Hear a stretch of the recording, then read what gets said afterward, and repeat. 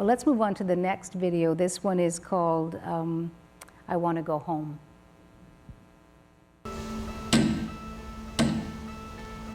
Mrs. Leong, what's wrong? I'm going home. I have to go home. My daughter is waiting. Oh, you mean your daughter Kim? How old is she now? She's a just little one, a baby. That's why she needs me. Oh, that's okay. Kim is safe. I'm sure of that. There's no need to worry. How do you know? Have you seen her? Yeah, I saw her last week. How about if we phone your daughter Kim and find out how she's doing? You mean call her now? Yeah, but let's call her from your room. It'll be quieter in there. Okay. Oh, and you have that lovely family photo album. We could look through that. Oh. And in this picture, which one's Kim? Here. She's in the middle. Yes, she's beautiful. Wow, and that's her there too. Yes. Cute. Yeah, that's a lovely scene, actually, and I think it's sort of like what we saw in the Delta View scene, where if it's 1940, it's 1940, if it's 2011. So what do we see in there, anybody, that we think is kept it safe? It's a really nice use of distraction. And what do you mean by that? So not correcting the person with dementia by saying, your daughter's 40, she's not a baby. Instead, getting, an attempt to kind of get at the anxiety behind that and focus the person with dementia's, Mrs. Leong's, attention elsewhere, and then get her into her room and away from the door. So it was a nice use of distraction and redirection. Gordon? I think she did a very good job. I think it'd be really, that's one of the things I find the most difficult, is not to want to correct them and say, no, your daughter's 40. No, we don't have a garden. No, it's winter, not summer. I don't know, it seems to be human nature to want to correct it, and yet you must, Nan, find all the time that that's not the thing to do.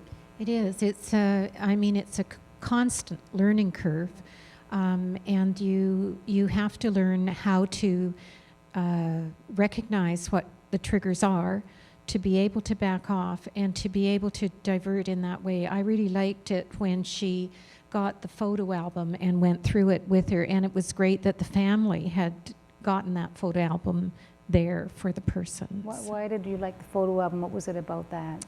It was memories. It's memories that's there. It's memories that they have, hopefully, or might trigger something. Yeah. It's a good conversation to have with the person. And for you had one person in your life, and then you had this other person in your life. So, here we have professional caregivers, that's one thing, but for you to make that switch and to let go of needing to correct your husband, did you have that happen for you? I did.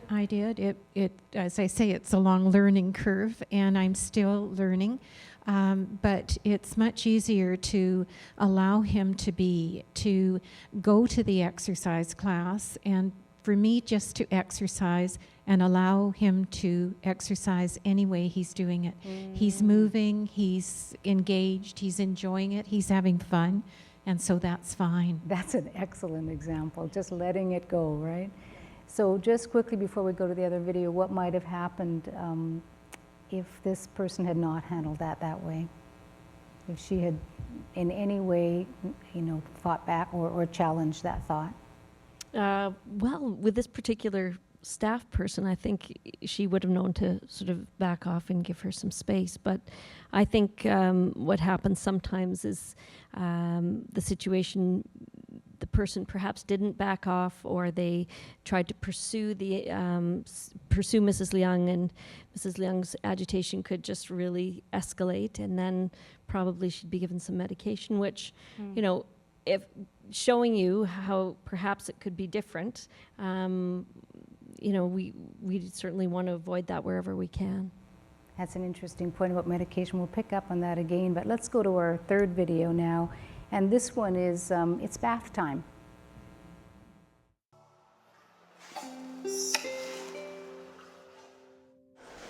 Did you have a good sleep last night? It's not too bad. Yeah. How was your breakfast?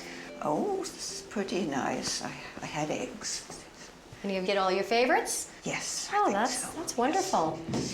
Okay, Alice, you ready for your bath then? I don't like the bath. I know. Here, let me help you out with your sweater, okay? Oh, You a little stiff there? yes. Okay. Well, why don't we try this other side too? Good. Feel better? Yes. Good. Thank you. There we go. You warm enough, Alice? It's cold. Well, the bath can help. Why don't we test the temperature of the water, okay? Okay. There we go, it's okay. There we go. How's that? That's nice. It's nice. That's lovely. You ready to go in? No, it's okay. It's okay. Okay? It's okay.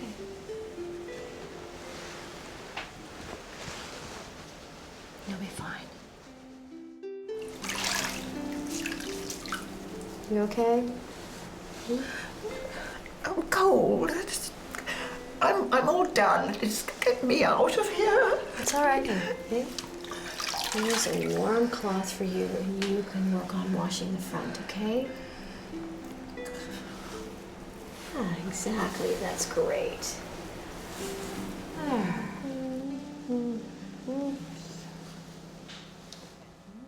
Well, that takes skill. Really. Jane, what do you see there? She did a good job. She recognized that the lady needed time to understand where she was and what she was doing. I'm glad she had filled up the bathtub, not filling it up in front of everybody, you know, at the last minute. So she had done a proper preparation and all this. What do you mean by that? Because sometimes the staff are running the bathtub when the resident is there. So the noise of the bathtub, and it's like you are thinking, are they going to drown me or what's going to happen? So you have to remember where they're coming from. Also, you need to know the background of the resident. Were they in the war? Were they, you know, where somewhere the water, water was used as a punishment?